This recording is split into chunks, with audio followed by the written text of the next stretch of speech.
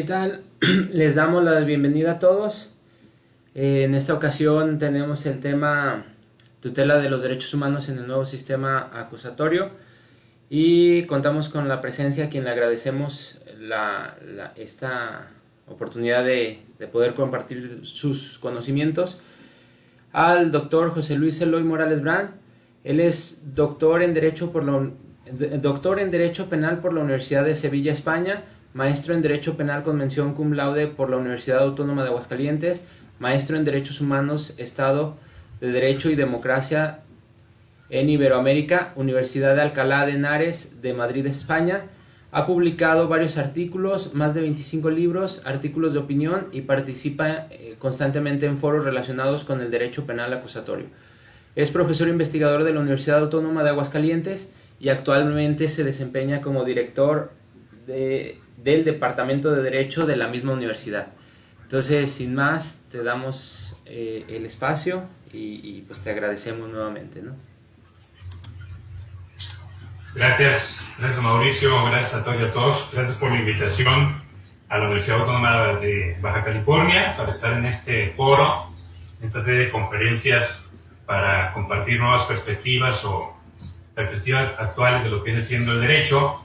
En lo personal, mi área principal es el sistema de justicia penal y en parte los derechos humanos. Pues le propuse a Mauricio platicar sobre lo que es la tutela o la protección de los derechos en los modelos, en el sistema de justicia penal actual, sobre todo para aterrizar un poco las perspectivas que tienen que ver con la nueva criminología, la nueva política criminal, y esto cómo aterriza en la realidad del modelo mexicano. O sea, podría yo venirles a platicar de un tema completamente teórico, pero creo que no es la finalidad. Además de que estamos en perspectiva, tenemos que aterrizar la teoría a la práctica, que es el punto más importante. Luego, a veces nos quedamos siempre en esas partes nebulosas, pero no tenemos un aterrizaje concreto o una crítica real y directa a lo que pasa en nuestro sistema social como tal. Entonces voy a pasar voy a presentarles ahí unas diapositivas que preparé para esta charla. Trataré de ser lo más conciso y más claro posible, sobre todo por si existieran algunas preguntas, tanto de las personas que aquí nos están observando, y sin más también ahí están mis datos si posteriormente quieren hacer algún comentario o tener algún contacto sobre esto o algún otro tema relacionado con el derecho penal.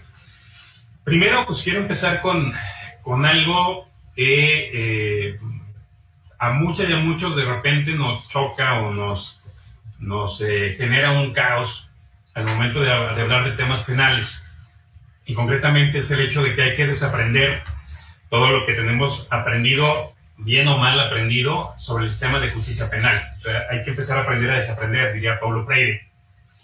Y esto es porque el sistema penal no es más que un mecanismo de control.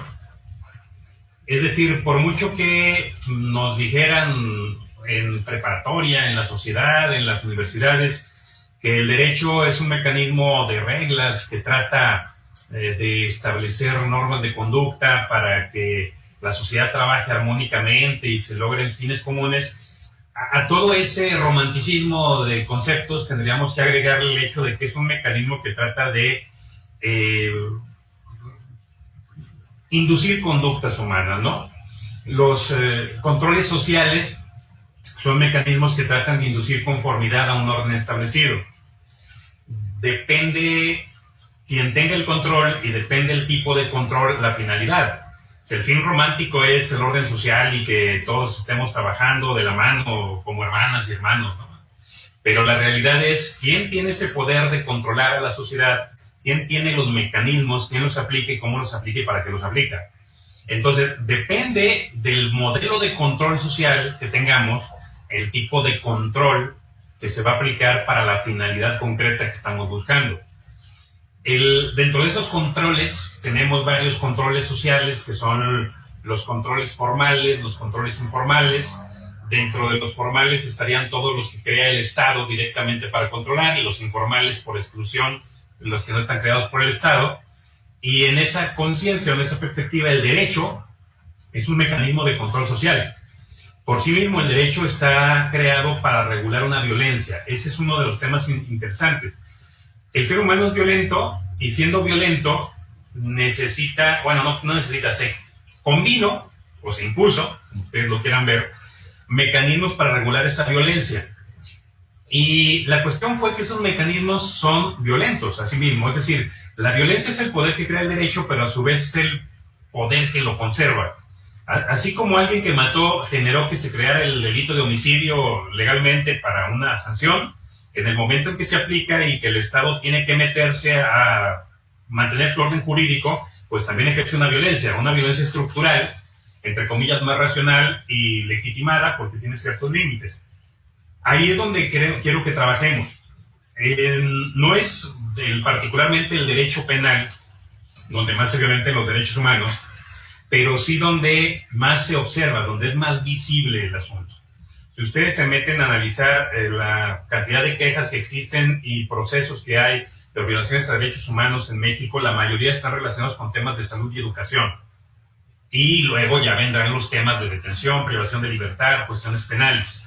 Pero es por eso, porque es más visible o socialmente y políticamente, lo que se busca es visibilizar los problemas de inseguridad para con eso reaccionar, o por lo menos tener justificaciones de reacción. Justo va a ser algo de lo que vamos a platicar ahora, del por qué esa violación de derechos humanos y lo que debemos de buscar en la tutela de la protección de esos derechos humanos.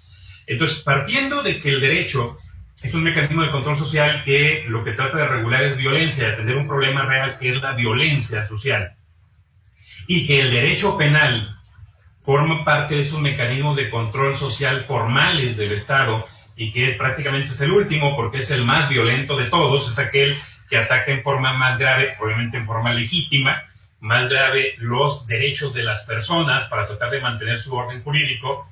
Con eso es con lo que quiero que empecemos a visualizar que el sistema de justicia penal se va construyendo con determinadas políticas. Es decir, el sistema penal o el derecho penal finalmente es un derecho político. No derecho de politiquería, derecho de la polis, de la sociedad como tal. Y como derecho político atiende a determinadas realidades para tratar de reaccionar y satisfacer necesidades o resolver conflictos, resolver problemas. Ya que luego se utilice como politiquería para obtener votos, para obtener preferencias electorales, para justificar más violencia, para justificar gastos, es otra cuestión. Muy distinta a la finalidad y al objetivo real del derecho penal. Entonces, este sistema de justicia penal, su origen, vamos a decirlo de esta manera, se encuentra en la criminología, la cual, una vez que genera las ideas sobre el tratamiento de la criminalidad, esto lo retoman los estados a través de la política criminal, es decir, a través de criterios específicos para lograr la prevención, represión y tratamiento de la criminalidad, y entonces ejecutar acciones concretas que le ayuden a mantener ese orden social, político y jurídico. Entonces, la criminología no es un estudio clínico del delincuente o de la víctima, es un estudio de los procesos sociales de criminalización. Es decir, la criminología que no está a cargo de los abogados, la criminología que está a cargo principalmente de antropólogos, de sociólogos, de filósofos, de trabajadores sociales, de educadoras, educadores, etcétera, etcétera, psicólogas, psicólogos, lo que nos ayuda es sus estudios a analizar cómo la propia sociedad prohíbe, qué prohíbe, cómo lo prohíbe, quién declara esas prohibiciones, quién las sanciona y sobre todo quién ejecuta las penas o castigos hacia esas sanciones. Y cómo el sistema penal puede llegar a ser eficaz, cómo el criminal es tratado, cómo la víctima es tratada, pero también cómo es creada, tanto lo que es la criminalidad como la cuestión victimal, por el mismo Estado y la sociedad, y entonces cuáles son las condiciones en las que se va a reaccionar en contra del delito. Pues eso es lo que tenemos como tal en la criminología.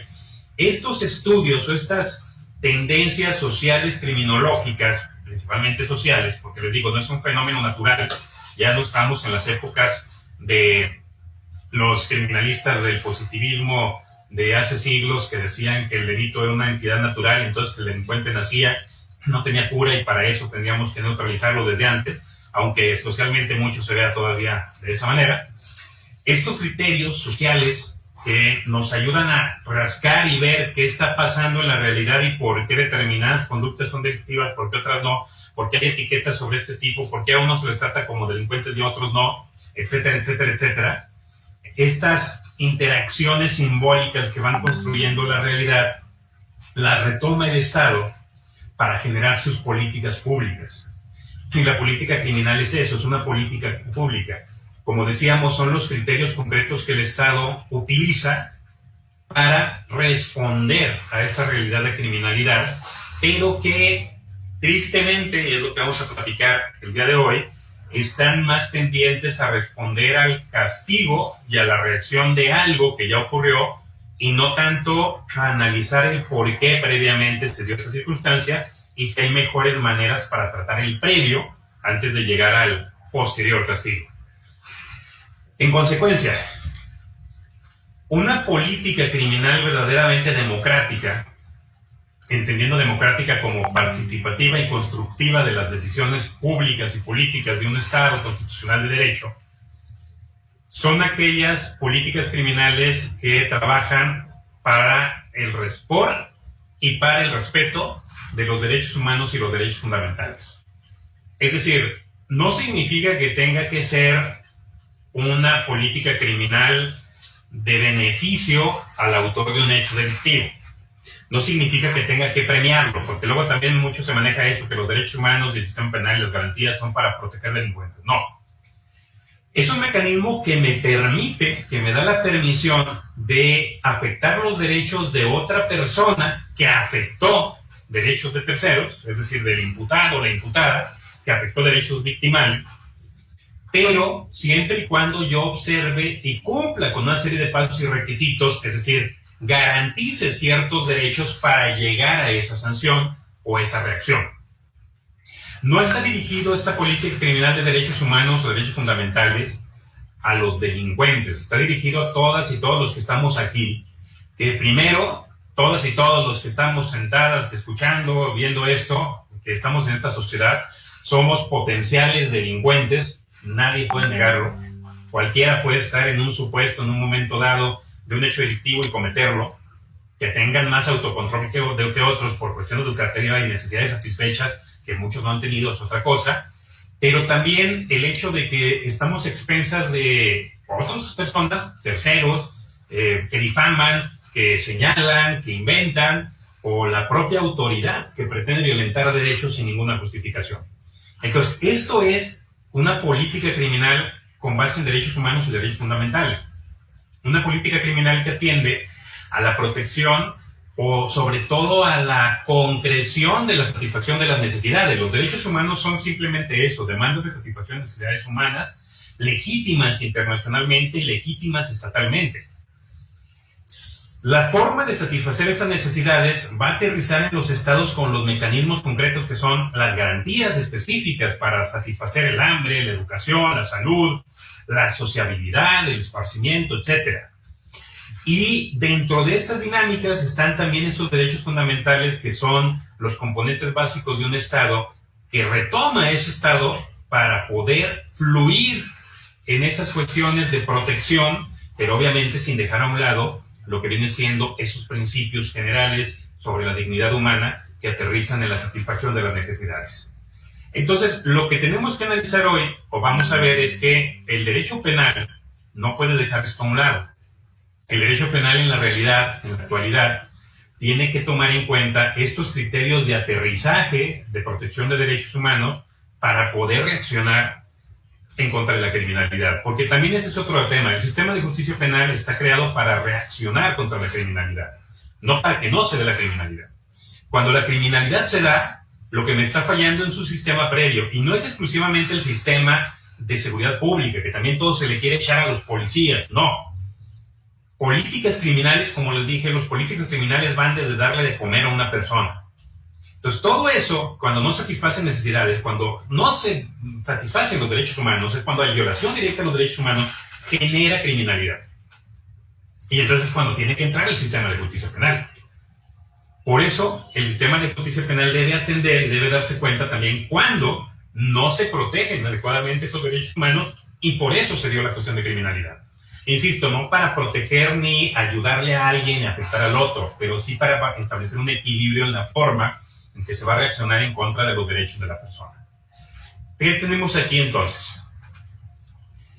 Que la cuestión de la tutela de derechos o la protección de derechos implica esa posibilidad que tenemos todas y todos los integrantes de esta sociedad de acudir ante las autoridades, particularmente en materia penal o principalmente ante las juezas y jueces, para solicitar la protección de nuestros derechos y para obligar a esas autoridades a que apliquen directamente el derecho internacional en materia de derechos humanos y el derecho constitucional respecto a los derechos fundamentales, para que no se pongan pretextos de que las leyes son ambiguas, que las leyes están incompletas, son omisas, o que las leyes no permiten proteger los derechos y que estas autoridades solamente tienen la obligación de aplicar la ley y no de bajar directamente los derechos constitucionales o internacionales. O sea, la tutela de derechos lo que nos dice es que en este esquema de justicia penal, pero esto lo pueden aplicar a cualquier sistema. Si ven ahí en la diapositiva se habla artículo 1, 15 y 133 de la Constitución, y no exclusivamente de derecho penal. Habla de derechos humanos, habla de sistema de justicia, habla de derechos en general. Que cuando la autoridad necesite recurrir al sistema jurídico para proteger esos derechos de las personas, no puede sujetarse directamente a pura ley, o no puede decir que la ley es lo que va a aplicar y si no se le permite aplicar no lo va a aplicar. Ese concepto de que la autoridad solo puede hacer lo que la ley le faculte solamente es válido cuando quiera violentar un derecho. Si la autoridad quiere afectar derechos, sí tiene que acudir a la norma constitucional y que expresamente la norma constitucional le permita afectar el derecho y ver que se haya aterrizado la forma en las leyes ordinarias para que lo aplique. De lo contrario, sí no puede hacerlo. Por ejemplo, si todavía tuviéramos en México la permisión de la pena de muerte, la autoridad no podría bajar directamente de la Constitución la pena de muerte. Tendría que haber una regulación en normas específicas para bajar esa pena de muerte y aplicarla. Entonces, también en la actualidad, como ya no tenemos la pena de muerte, no la puede aplicar la autoridad. Ahí sí tiene que hacer solo lo que la ley le faculte. Pero en cambio, para satisfacer el derecho, obviamente buscará la solución justa, luego buscará la forma de arroparla de legalidad, pero sobre todo, si no existe la ley o la norma que le ayude a arropar de legalidad, va a aplicar directamente el derecho constitucional o el derecho convencional en materia de derecho internacional sobre derechos humanos y va a crear el mecanismo para hacerlo. Por ejemplo, un caso no penal. Hay algunos estados que todavía regulan el matrimonio entre hombre y mujer. Y hay personas que tienen identidad de género distinta y que quieren unirse al matrimonio con una persona de igual identidad de género que ellos o ellas.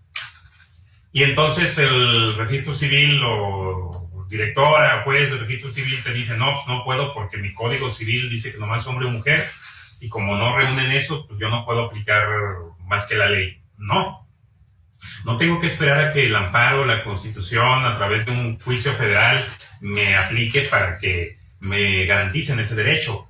Tu autoridad tiene la obligación de aplicar directamente la Constitución, directamente el derecho internacional, que prohíbe la discriminación por cualquier motivo, y permitirme satisfacer ese derecho. O sea, esa es la idea de la tutela real de derechos. Pues obviamente eso lo vamos a aterrizar también en el sistema de justicia penal como tal.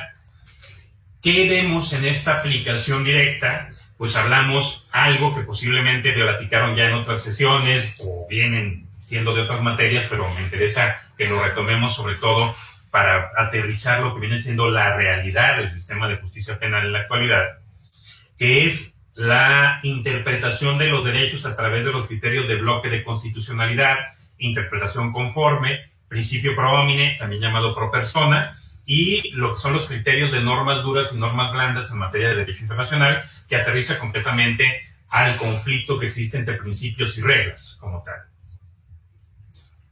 ¿Qué es esto? Bueno, primero el bloque de constitucionalidad. Creo que todos y todos, por lo menos las nuevas generaciones en materia de derecho, aunque luego nos hayan querido formar de otra manera, ya sabemos que no tenemos una sola constitución, sino que gracias al derecho internacional en materia de derechos humanos, confirmado incluso para los positivistas en la reforma constitucional del 2010, y por criterios incluso ya jurisprudenciales establecidos a nivel internacional y a nivel nacional, ya no podemos hablar de una sola constitución. Antes nos decían que teníamos constituciones escritas y no escritas, y más bien era constitución codificada y no codificada. Que las constituciones codificadas implicaban que había un solo cuerpo normativo llamado constitución, y las no codificadas que había muchas normas que igual establecían normas fundamentales o derechos fundamentales constitucionales. Que en México teníamos la constitución codificada. Pues sí, teníamos. Porque a partir de que el Estado mexicano aprueba el derecho internacional en materia de derechos humanos, ya tenemos un bloque de constitucionalidad. Significa que la pirámide kelseniana se murió, y entonces lo que tenemos ahora es un bloque. A mí me gusta más bien hablar de un círculo, pero aquí le ponen bloque, un rectángulo, en donde el cual no hay jerarquía de normas, sino que todas las normas están volando en el mismo nivel. Y entonces no solamente puedo ver mi constitución con nombre de constitución, sino que tengo que ver todas las normas que establezcan derechos humanos y fundamentales. Y entonces ya tengo varias constituciones, porque ya tengo varias normas a un mismo nivel de aplicación directa y efectiva de los derechos. Ese es el primer punto. El segundo, la interpretación conforme, que se refiere a, bueno, ya tengo ese número importante de normas, ahora tengo que ver aquellas que estén más acorde a los derechos humanos, que satisfagan mejor ese derecho, y obviamente desaplicar aquellas disposiciones distintas que vayan en contra de los derechos como tal. Es decir, una norma que establezca un derecho que, por ejemplo, la Constitución no reconoce, no es que esté en contra de la Constitución, al contrario, está aplicando ese sistema a favor de los derechos. Ir en contra sería limitar derechos que la Constitución regula, ahí sí. Por ejemplo, si tuviéramos una norma que permitiera la pena de muerte y la Constitución no lo permite, pues no podríamos aplicarlo. Pero si tenemos una norma, perdón con lo que voy a decir, que permitiera el derecho de la asociación política a ministros de culto, pues no podríamos decir que la Constitución va en contra de la Constitución, porque sería una ampliación de un derecho. Ahorita voy a comentar algo de lo que la Corte estableció. El principio pro homine, bueno, ya cuando tengo esas varias normas que están acorde a los derechos humanos, pues entonces voy a aplicar aquella que lo beneficie más. Que lo beneficie más no significa que ayude a uno y que afecte al otro, ¿no? Esta norma ayuda más al imputado y lo voy a ayudar a él y a la víctima, no. No. Aquella que violente en menos medida el derecho que voy a violentar. Aquella entonces que satisfaga en mayor medida el derecho que quiero proteger. Igual le voy a restringir los derechos al imputado, pero se los voy a restringir en una menor medida o menos violenta directamente a la más fuerte. Y con eso obviamente voy a satisfacer derechos de la víctima también. Entonces, eso implicaría el pro homine, siempre hacer una interpretación más acorde y favorable a la satisfacción del derecho. Y el último punto, que es el conflicto entre normas duras y normas blandas en materia de derecho internacional sobre derechos humanos, implica que la jurisdicción internacional no son solo tratados, no solo ley o documento escrito, sino que también encontramos ahí costumbre, jurisprudencia, acuerdos, principios, circulares, es decir, una serie de actividades que realizan los sujetos en materia de derecho internacional en instituciones, organizaciones, incluso de las que forman parte del Estado mexicano, que finalmente crea directrices, pero que con base a este principio pro homine apoya a que los principios prevalezcan sobre reglas. Es decir, si los principios establecen criterios de optimización para satisfacer un derecho y una regla lo limita, pues voy a aplicar el principio. Por ejemplo, si la regla me dice en materia de derecho penal, me indica que si al Ministerio Público se le pasa su término para acusar, pues le voy a dar otra oportunidad, como si estuviera en la catafixia con Chabelo, ¿no? A ver si se acuerdan de Chabelo los que están escuchando. Pues tú dale otra chance, no hay bronca. ¿Por qué le das otra chance? Si no quiso acusar, no hay acción. Y si no hay acción, no tienes por qué perjudicar a la persona. Es que la ley me dice que le dé oportunidad. Pues la ley te lo dirá, pero el principio de igualdad no, porque estás generándole una ventaja indebida y le estás ayudando tú, juez, al Ministerio Público, y entonces ya son dos en contra de Otro, y sobre todo, son los acusadores, ya no tengo jueces. Entonces, ese tipo de cuestiones es el prevalecimiento de los principios sobre las reglas. Cuando estos principios satisfagan en mejor medida los derechos humanos, y si entendemos que son criterios de optimización, regularmente un principio real y verdadero va a ser aquel que beneficie mayormente el cumplimiento de los derechos. Antes de pasar allá al aterrizaje de, bueno, qué pasa en la realidad actual del sistema penal con esta tutela de derechos, lo que quiero comentar rápidamente es que por ahí algunos dirán, pues no me vengas a decir que hay muchas constituciones o que incluso si una ley dice una cosa distinta a la Constitución, no es estar en contra de la Constitución, porque la Suprema Corte ya dijo que las restricciones que estén en la Constitución prevalecen incluso en contra del derecho internacional. Tiene razón con ese último punto. Efectivamente, la Corte, como cierto personaje de televisión humorística mexicana, como dijo una cosa, luego dijo otra, ¿verdad? Primero dijo que el derecho internacional en materia de derechos humanos estaba al mismo nivel que la Constitución. Y luego dijo, unos 2-3 años después, cuando se dio cuenta de que no había abierto la caja de Pandora, que había hecho una interpretación extremadamente progresista y muy buena, pues no sé por qué, pero en un momento dado va para atrás y dice, no, espérate, más bien lo que quise decir fue que sí están al mismo nivel, pero cuando hay una restricción expresa en la Constitución, prevalece eso en contra del derecho internacional u otra norma. Entonces, que si la Constitución lo limita, lo siento mucho, aunque el derecho internacional diga que tienes el derecho, la Constitución lo limita y aplico la Constitución. Bueno, primero ese criterio, que si bien es una generación de contradicción de tesis jurisprudencia que crea la Corte, que primero va en contra del principio de progresividad, que implica siempre ir hacia adelante en protección de derechos humanos. En ese mismo criterio, la Corte generó una nueva jurisprudencia de contradicción de tesis, donde dijo que la jurisprudencia en materia internacional de la Corte Interamericana era obligatoria para todas las autoridades del Estado mexicano. Fuera o no fuera parte México en los juicios, era obligatoria. Y curiosamente, desde el 89, la Corte Interamericana de Derechos Humanos ya interpretó que las reservas que impliquen poner como pretexto el orden interno jurídico para no aplicar el derecho internacional no son válidas. Entonces, ¿qué nos dijo la Corte?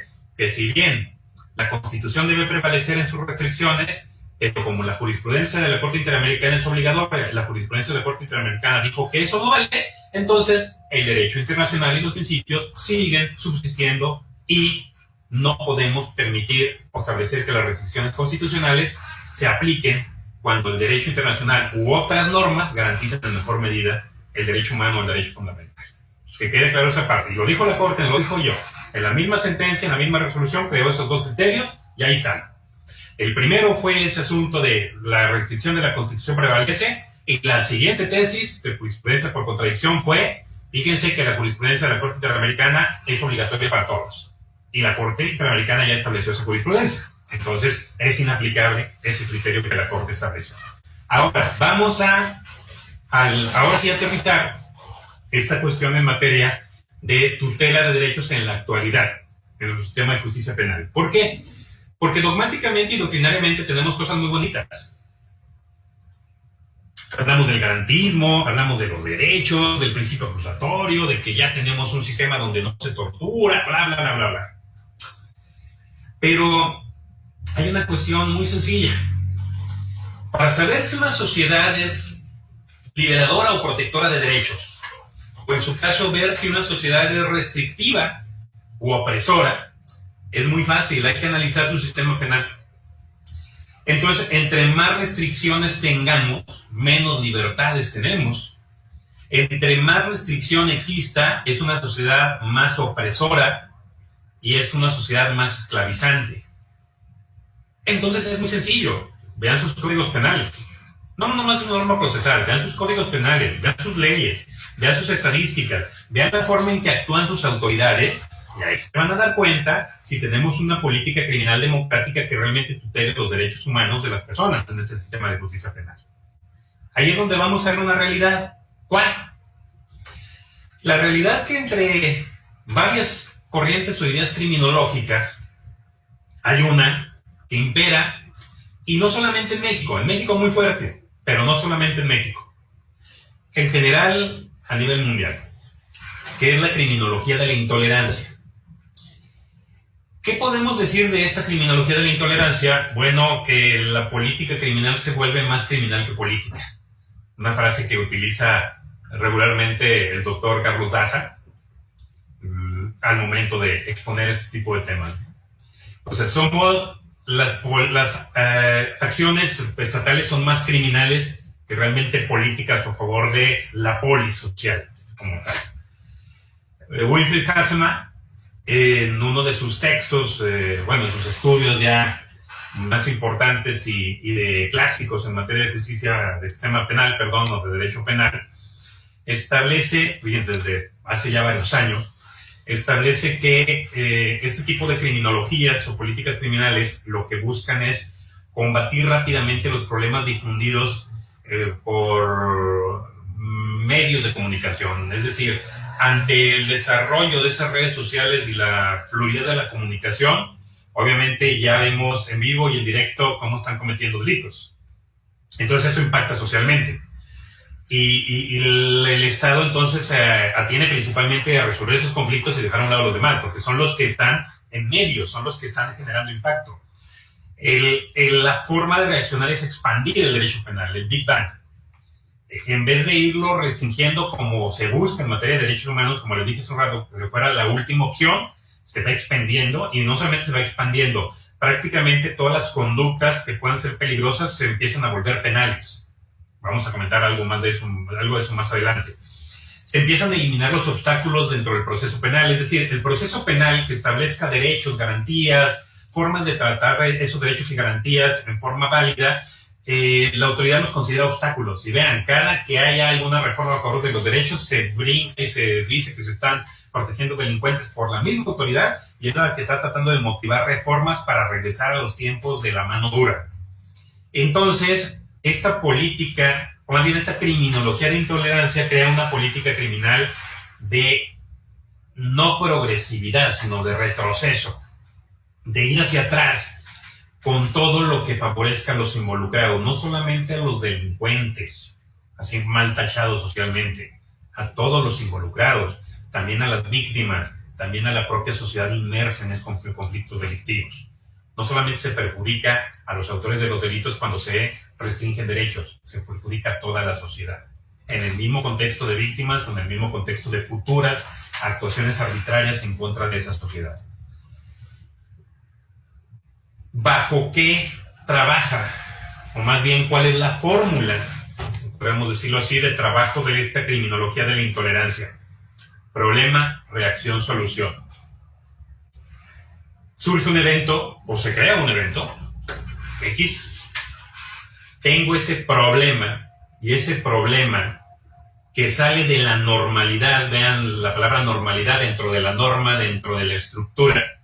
Obviamente algo anormal es algo que está fuera de la norma, del valor, etc. Socialmente todos traemos nuestro plan de vida, a lo mejor rutinario algunos, y ¡pum! Si se rompe ese plan de vida, sale de la normalidad y se genera un shock. Todo cambio de camino que no se haya sido controlado por uno genera un shock. Un delito mucho más, ¿no? Entonces un problema aparentemente delictivo o socialmente de inseguridad genera un shock en la sociedad, y ese shock se traduce en miedo.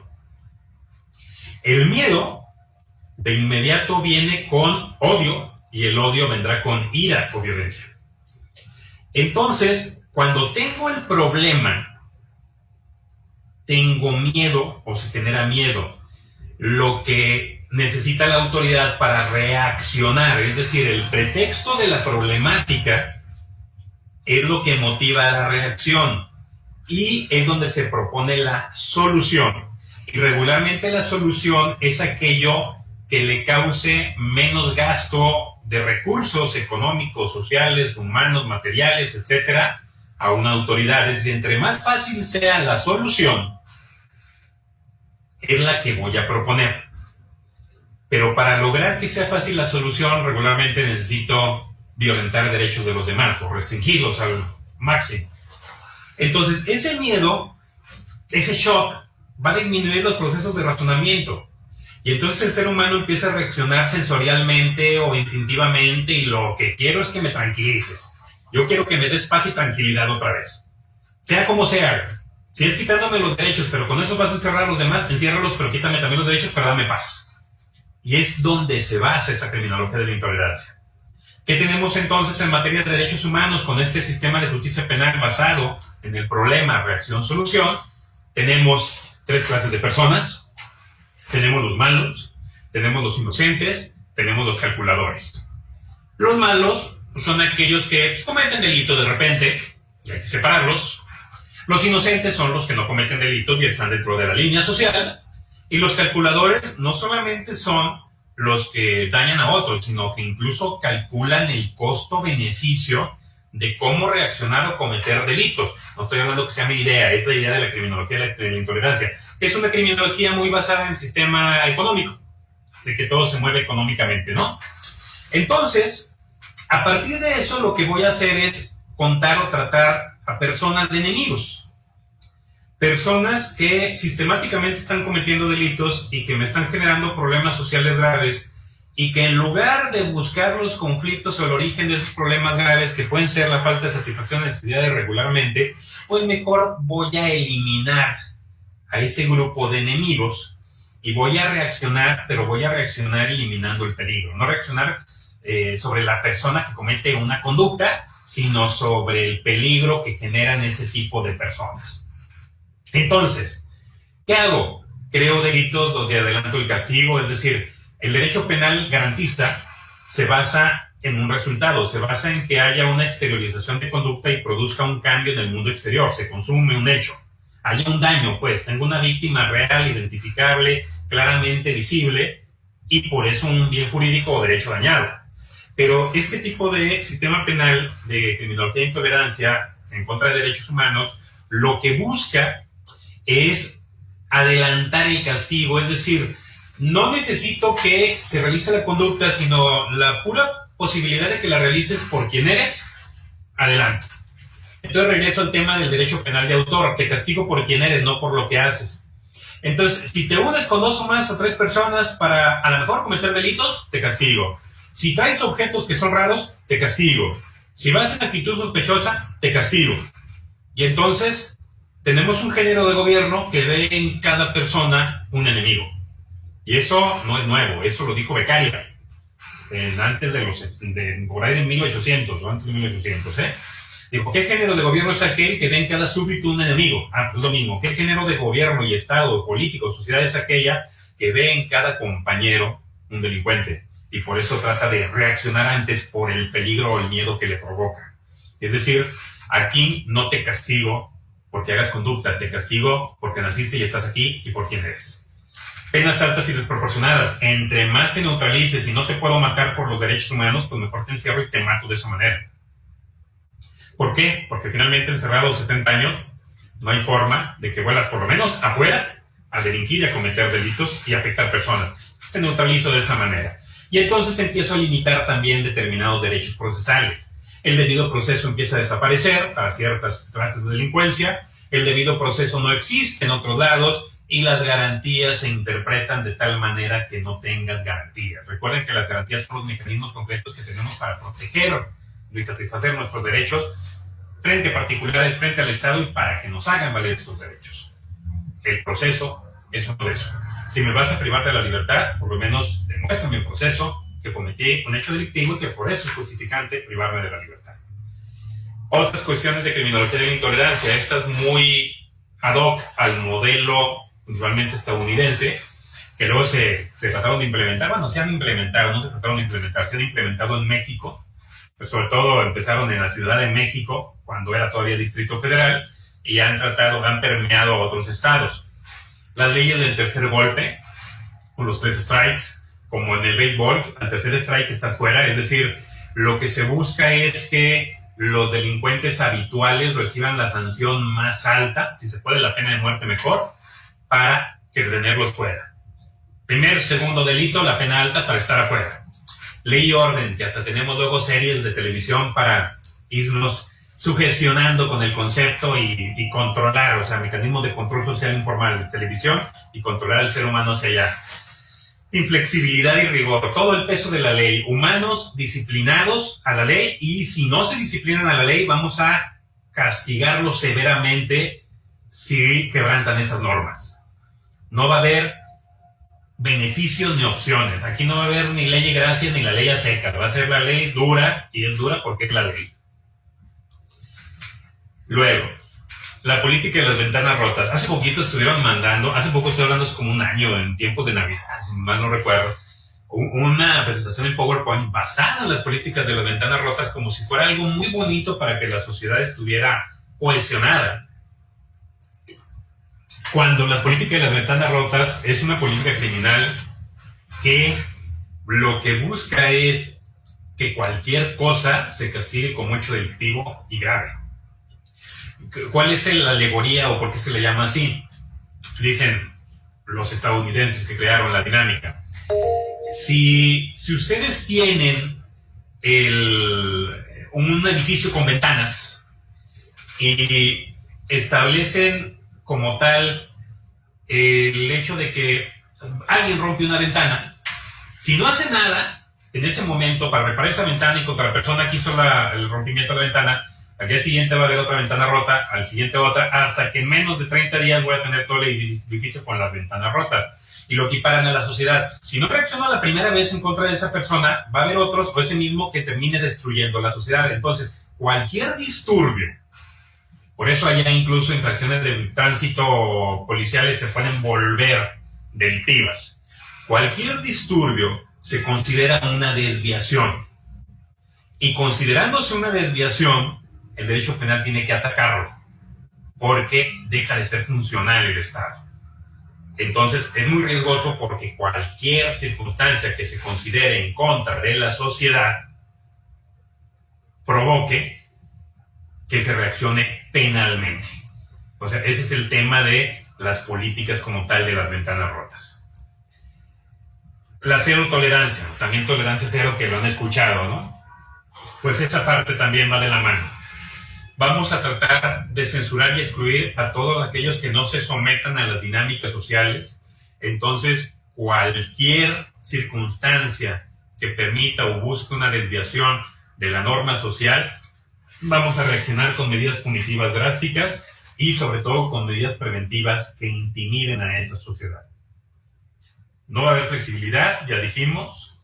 No va a haber cuestiones operativas reales para beneficiar en un momento dado a las personas.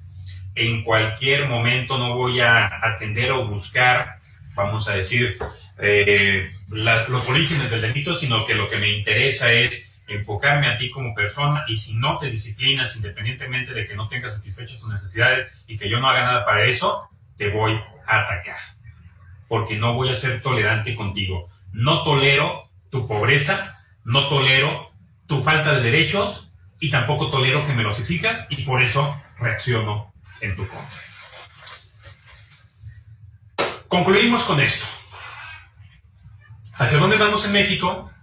¿Qué pasa en México con esta tutela de derechos humanos? Normativamente tenemos una tutela que podríamos decir muy garantista e interesante.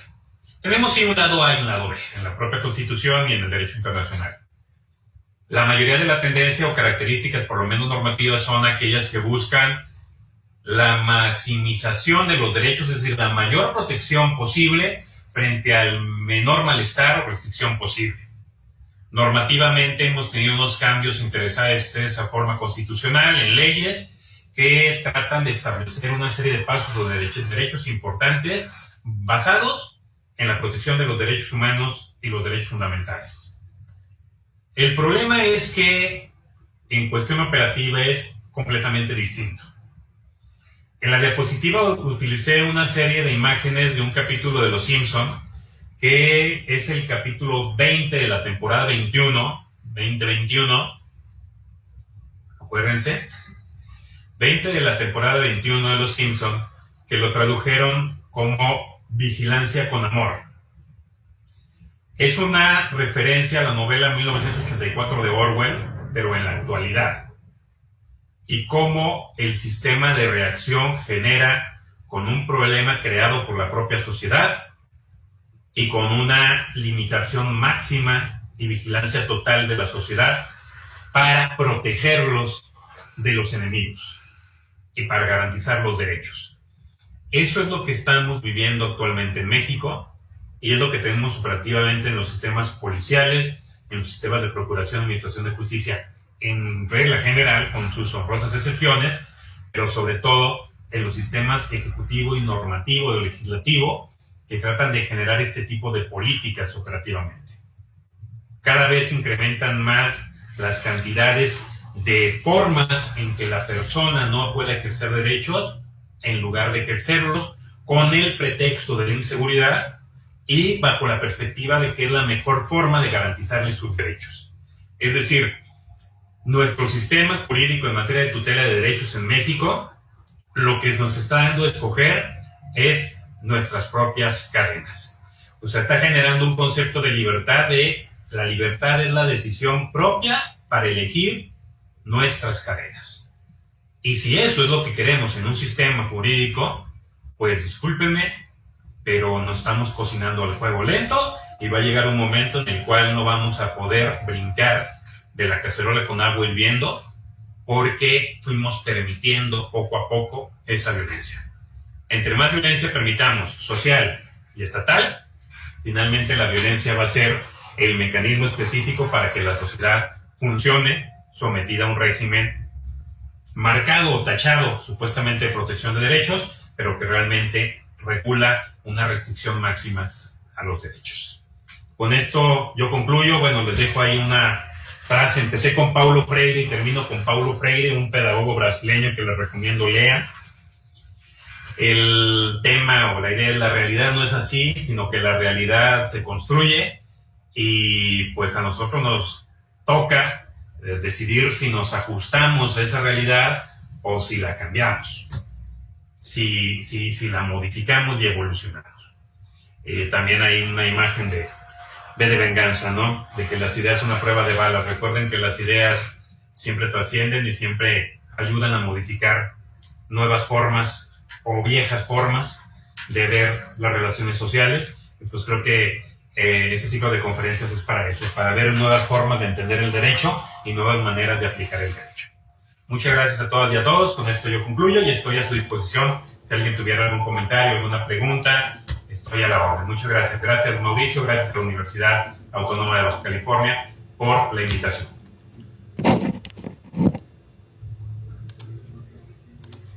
Muchas gracias por la exposición. Pasamos a una ronda de preguntas. Pueden realizarla a través del chat o incluso si levantan la mano yo les doy el uso de la voz. ¿Alguien tendrá alguna duda? ¿Dudas? ¿Preguntas?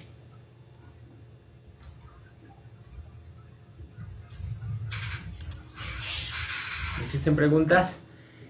No, todo muy claro, eso me gusta. Claro. Mientras se animan, yo te preguntaría, ¿qué hacer? O sea, nos has pintado un panorama donde en la realidad se presenta pues una sociedad opresora, ¿no? En conjunto con el Estado o el Estado opresor está construyendo esta sociedad. ¿Qué hacer, por ejemplo, como abogados ante esta situación cuando cada vez aparecen más delitos y en gran parte, entre otras cosas, entre todo el contexto, aparecen pues guiados por los medios, ¿no? O sea, sale un robo a casa habitación y delito de oficio y ese tipo de cosas. ¿Qué se podría hacer como abogados? O futuros abogados que están aquí presentes. Sí, bueno, creo que es uno de los trabajos importantes que tenemos en la formación de las y los abogados. O sea, que no formarlos es solamente ir a pelearnos por tratar por la aplicación o la resolución de un conflicto ya realizado, sino primero ver de dónde viene el conflicto. Creo que uno de los puntos importantes es buscar el origen del problema y exigir en un momento dado la satisfacción de las necesidades que no se están cumpliendo. O sea, ¿por qué tengo tanto robo a casa habitación? Bueno, tengo robo a casa habitación porque tengo personas que no tienen dinero. ¿Para qué? Para consumir droga. Bueno, porque están consumiendo droga.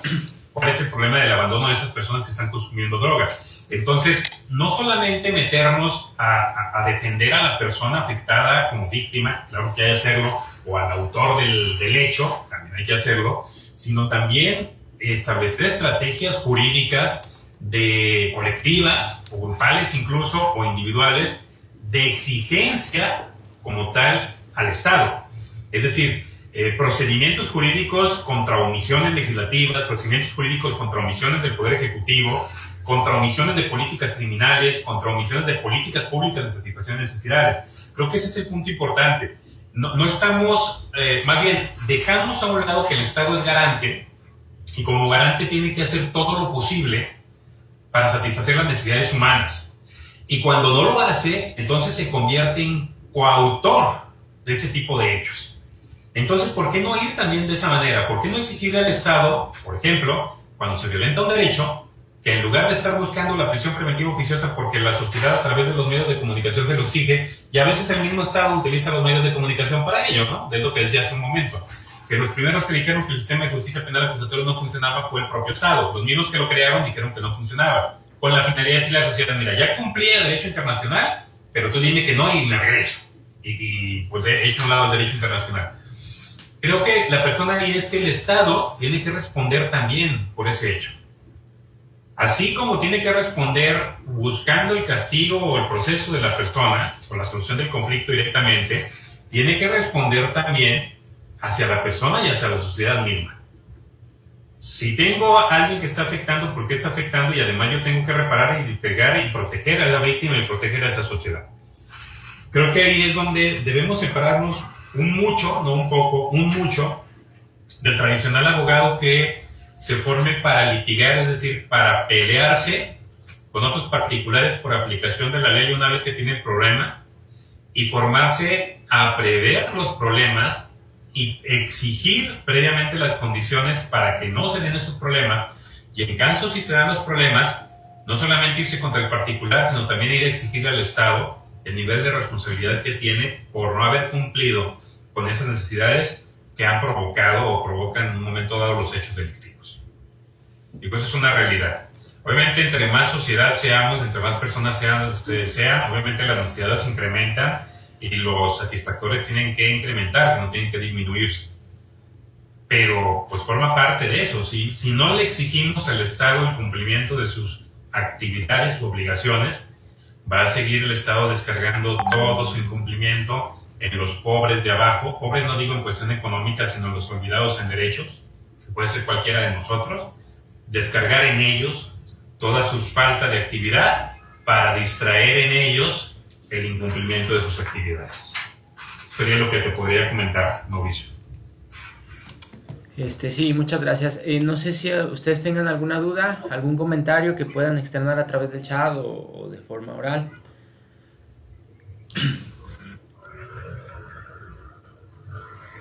¿No existen dudas? ¿Todo claro? Todo excelente, te dicen ahí en el chat. Muy bien, entonces hacemos el examen. Ajá, hazle las preguntas. Habíamos quedado que íbamos a hacer examen para el primer parcial.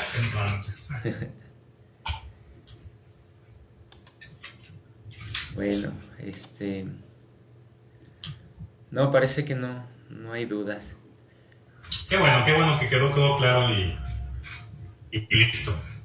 Y pues era un panorama en general de cómo va aterrizando el sistema, y obviamente ya luego podemos platicar, como les decía en otra ocasión aquí mismo en el foro o a través de redes sociales o otros medios tecnológicos, el asunto de cómo se va aplicando operativamente el sistema, ya más concreto sobre delitos en particular, sobre técnicas de litigación. Lo podemos hacer con mucho gusto. Ahí tenemos en YouTube un canal que se llama igual que yo, Eloy Morales Black, también pueden buscar ahí. Y pues vamos a la orden. Agradezco nuevamente la invitación, Mauricio. Muy bien, vamos a intentar que esto parezca un poco más cercano. Entonces voy a dar lectura a tu entrega virtual del reconocimiento. Y entonces la Universidad Autónoma de Baja California, Facultad de Ciencias de la Ingeniería Administrativas y Sociales, Unidad Tecate, otorga el presente reconocimiento al doctor José Luis Eloy Morales Brand por su participación de la conferencia sobre el tema Nueva tutela sobre los derechos humanos en el sistema acusatorio, dentro del ciclo de conferencias 2020 Perspectivas del Derecho y sus realidades, llevado a cabo en la sala virtual de esta unidad académica el día 9 de septiembre del presente año. Atentamente por la realización plena del hombre, Tecate, Baja California, septiembre 2020. Doctor Óscar Omar Ovalle Osuna, director de esta facultad. Doctor Eloy, pues yo agradecerte, sigo aprendiendo después de muchos años de materia penal de ti. Sé que eres de los que tienes esa intención, ¿no? de compartir el conocimiento, tienes tu canal, ahí pueden ingresar los alumnos que están presentes y los que nos siguen a través de las redes. Tienes hasta cursos, ¿no? Yo los he podido ver. Cada vez que quiero aprender algo de penal, pues me acerco ahí a ese canal y pues agradecerte todo este tiempo. Esperamos en alguna ocasión tenerte aquí presencialmente. Esperemos ya el próximo año al menos, ¿no? Y pues gracias a nombre de la facultad. Seguramente ya el próximo año se muere esto, y si no con el calor se muere ya el bicho, entonces ya con mucho gusto estaremos. Y gracias por la invitación. Gracias, un abrazo. Hasta luego. Un abrazo a todos y a todos. Hasta luego. Gracias.